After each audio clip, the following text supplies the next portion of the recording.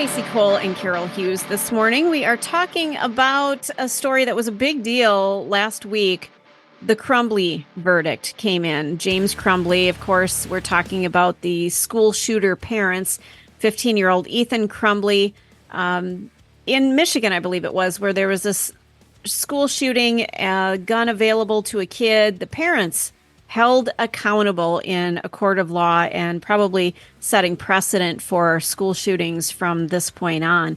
But we finally got to hear a little bit from the jury and the jury foreman providing some insight into their deliberation process. And Carol, what are your thoughts about this case? I'm sure you were watching it just on the edge of your seat. I actually think it was the right decision. I think now, did the parents put the gun in his hand that day and tell him to go do it? No. But they were also called into the school that day and they refused to take him out of school. Mm-hmm. So I think that's something. They also bought him the gun. Yeah. They also didn't properly store the gun. So this kid had access to the gun. Now, I'm not saying that, obviously this kid has some mental health issues. And maybe he could have taken another weapon with him. Maybe they could have properly secured all their guns and he would have taken a knife. It could have maybe happened either way, but that's not the case. So Right. The case is they were negligent and this kid had mental health issues. They knew he had mental health issues and they weren't properly storing their weapons in their house. Well, and he told them he was having issues and they just pretty much, wasn't it like, suck it up? Pretty much is what it seems like to me. I mean, maybe they had him in counseling. I don't know. But, like that day when they were called in, I would have been really alarmed if that was my kid. And I think I'd have pulled him out of school right away and tried to find him some sort of inpatient mental health. That's not easy to do in this country, to find anybody proper mental health treatment. Well, And don't forget, too, the parents, I think dad was a DoorDash driver. So I'm guessing, they're trying to make ends meet. They don't have mental health coverage. So it was a combination of they didn't take the kid's issues seriously. And I don't think they had resources to help him. But it disturbs me that this kid was begging for help. The school knew he needed help and they just handed it over to the parents. But the parents didn't have the means and they didn't do anything about it. When your kid is struggling with mental health issues, who buys that kid a gun? Now, Somebody in Michigan. Yeah, I don't think anybody would have assumed, he's going to go shoot and kill kids at school. But you've got a kid that's having mental health issues. He doesn't need a gun. I would have thought, even for his own safety, like he might have used that on himself. Well, and that's the big concern in my brain. If you've got a kid who's got mental health issues and you give them the means to kill themselves, you just increase their chances of suicide. Yeah, exactly. And in today's world, now you have to worry about a school shooting. And I was reading that they had 2 guns in a safe or some other guns in a safe. But the safe, the code was 000. So they hadn't even reset the code to their own code. So the kid could have gotten in that safe easy. And this gun, I don't think they had it locked up at all. I don't think every school shooting, the parents should be held accountable. There are obviously some cases where, if a kid steals a gun and hasn't shown any signs, all of these things need to be taken into account. There are some parents where they really have no idea. The kid shuts themselves in their room and that's what kids do. I remember like an entire section of my childhood where the last thing I wanted to do was deal with my mom. I was in my room listening to music, Doesn't mean I was going to go shoot up the school. Yeah. But when you put a gun in a child's hands, literally, especially literally one that is not doing well mentally, I just don't know how that could have a good outcome. And it kind of makes me think that the kid wanted a gun, which is why they bought him a gun, because, a kid might want a new Xbox or whatever the newest gaming console is. That's one thing, you would get for your kid. I don't think you would just surprise him with, oh, look, you didn't ask for a gun, but we got you one. Makes me think he asked for one. It's a weird gift, but again, it's Michigan. And a lot of people in Michigan, I'm in Wisconsin right now, a lot of people in Wisconsin, shooting is a big deal.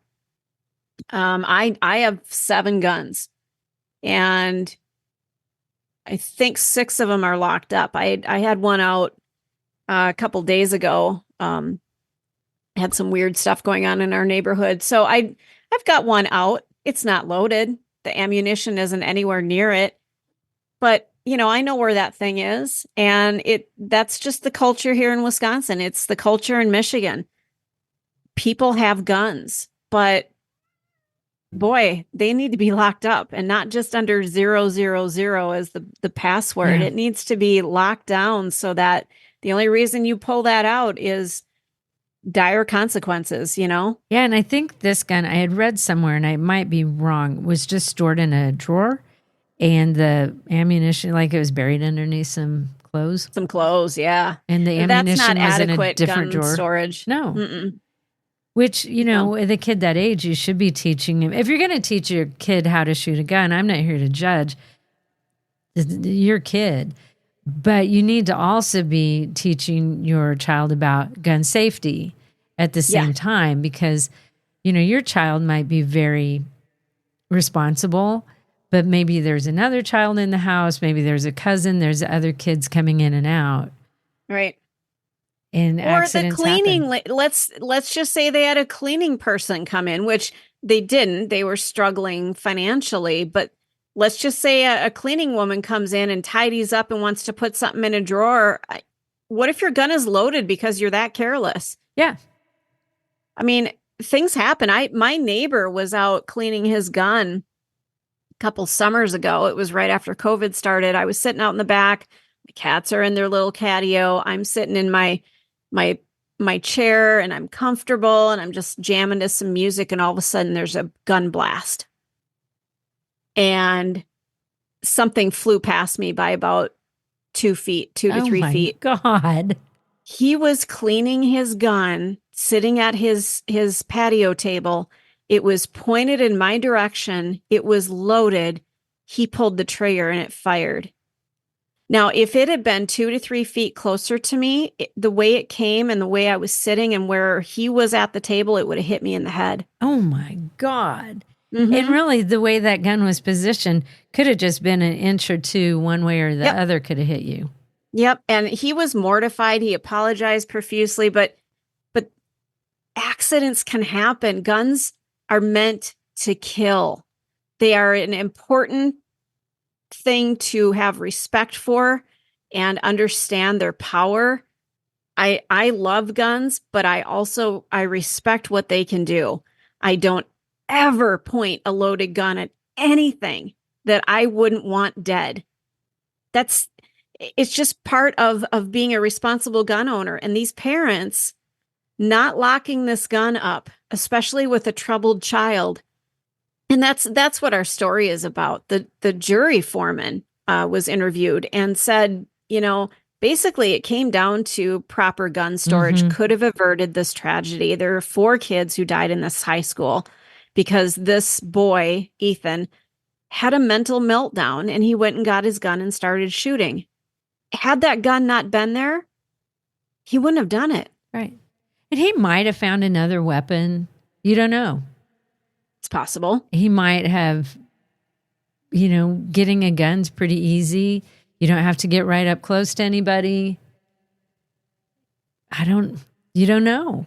Because that's not the way it happened. The way it happened was he got the gun, shot the kids. Gun wasn't properly stored.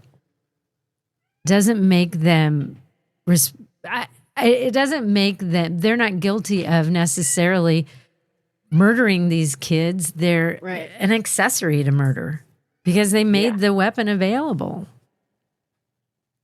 And I think that would be pretty horrific to think your kid would be capable, and probably they never did think, they might have thought their kid had some issues, but not capable of anything like that. Well, But he nobody wants was. to think that their child is capable of such an act. Mhm.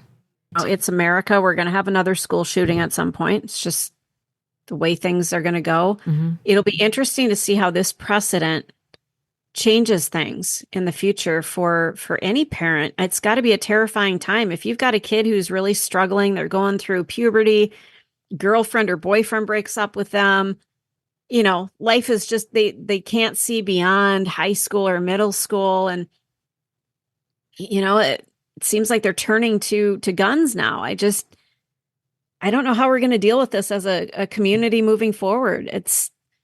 I don't know. I don't have any answers. Don't you think that this should be a lesson to parents everywhere, that if you have guns in your home, they need to be properly stored? Because if this gun was properly stored, the kid stole a gun from somewhere else. The kid literally broke into the safe somehow. I don't know how you could, but maybe.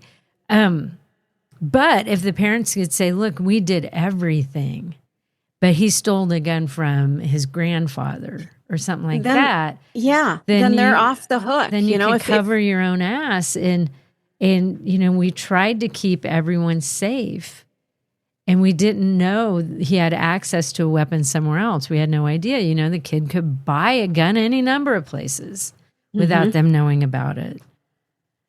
Yeah. So I think if you're a parent, you want to make sure that can't happen in your case. Because I think it's for both the mom and the dad, they're both going to prison. I think that's the right decision. It's sad. It's sad in so many ways.